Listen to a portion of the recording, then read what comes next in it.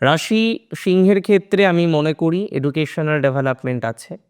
তাছাড়াও back to back যে সমস্ত জাতক জাতিকারা প্রপার্টি রিলেটেড প্রবলেমে আছেন, বহু সিংহের প্রপার্টির সমস্যা আছে। প্রপার্টি আপনার যে মাথা গোঁজার ঠাঁই নেই তা নয়, কিন্তু আপনি যেটা পাওয়ার কথা আপনার, সেই পাওয়া নিয়ে একটা ডিস্টারবেন্স রয়েছে। আপনার অ্যানসেস্ট্রাল প্রপার্টি, পৈতৃক সূত্রের প্রপার্টি নিয়ে ডিস্টারবেন্স আছে, অ্যান্ড দ্যাটস ভেরি ফ্যাক্ট।